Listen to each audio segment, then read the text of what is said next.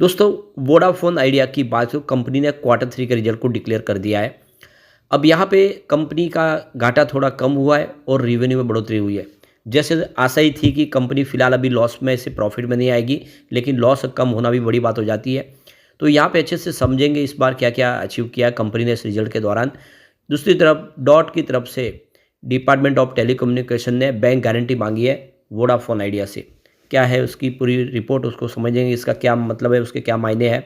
दूसरी तरफ यहाँ पे एयरटेल और जियो को टेंशन देने की तैयारी कर दी है वोडाफोन आइडिया ने। 5G सर्विस को लेकर बड़ी अपडेट है, जिसको हम इस वीडियो के माध्यम से डिस्कस करेंगे और जानने की कोशिश करेंगे क्या जो कस्टमर छीने गए हैं वोडाफोन आइडिया से जियो के द्वारा या फिर एयरटेल के द्वारा क्या वापस मिल पाएंगे, और क्या आने वाले समय शेयर के लिए कुछ संभावना पॉजिटिव बनेगी।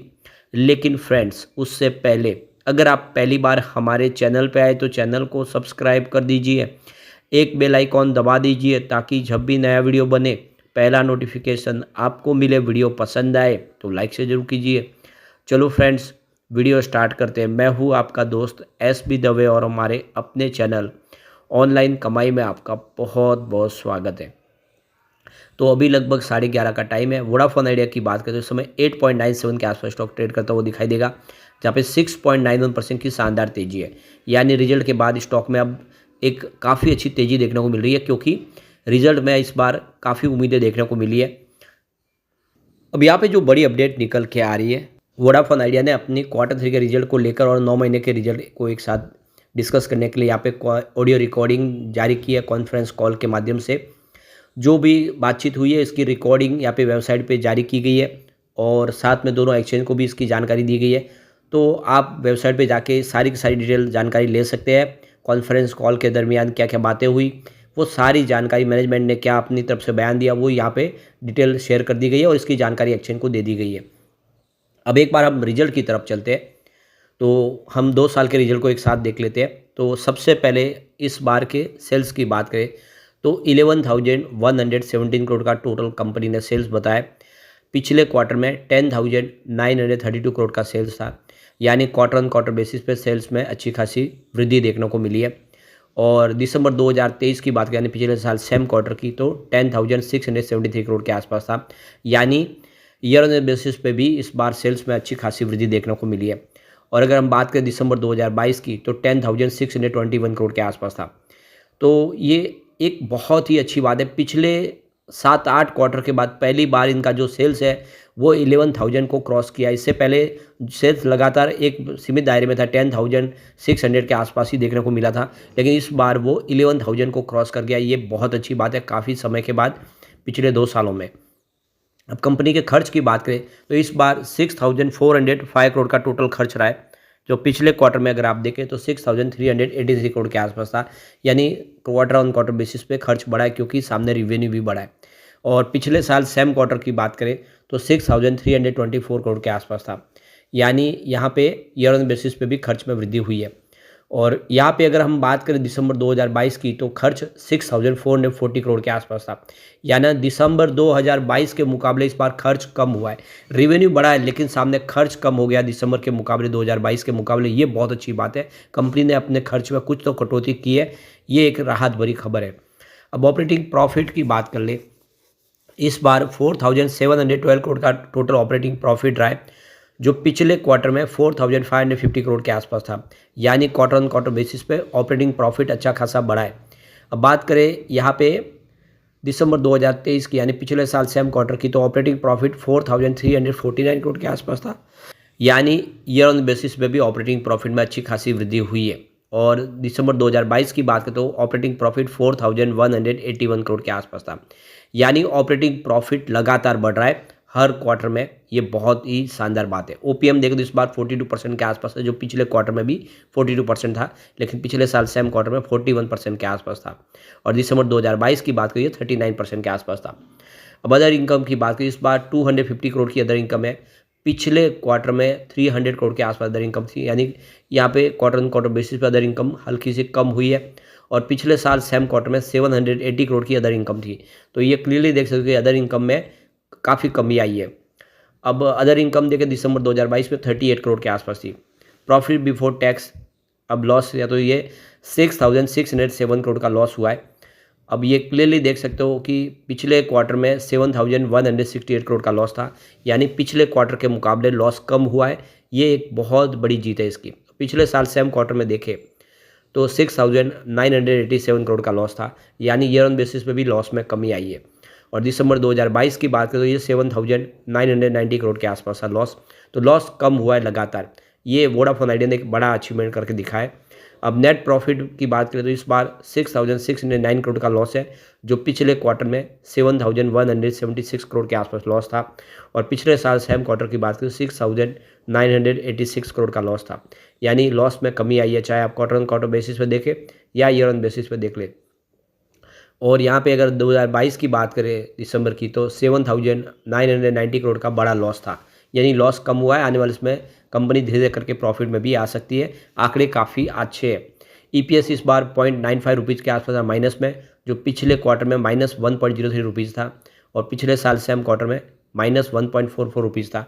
दिसंबर 2022 की बात करिए -2.49 रुपीज़ के आसपास था, तो इसमें भी रिकवरी आई है, 1 रुपये से नीचे आ गया है। ये बहुत अच्छी बात है। अब यहाँ पे जो बड़ी अपडेट निकल के आ रही है, जियो और एयरटेल की टेंशन बढ़ाने की तैयारी कर ली है वोडाफोन आइडिया ने। 5G को लेकर काम पूरा हो चुका है और अब 5G सर्विस शुरू होती हुई दिखाई देगी।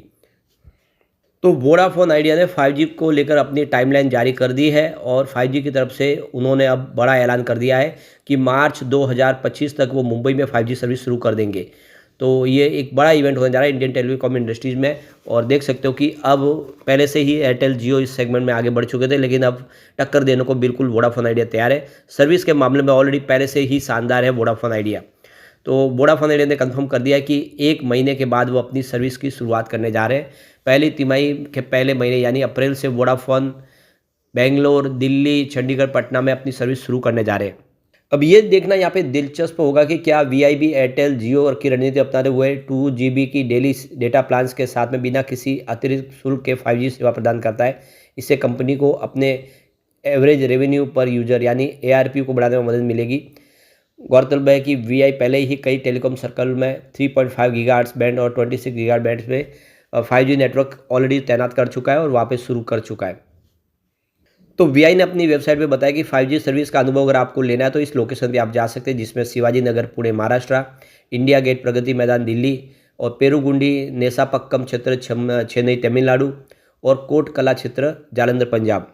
तो दूसरी कंपनियों के मुकाबले इन्होंने देरी की है। उनका कहना है कि ये जो देरी से रोल आउट हो रहा है उनके लिए फ़ायदेमंद होगा।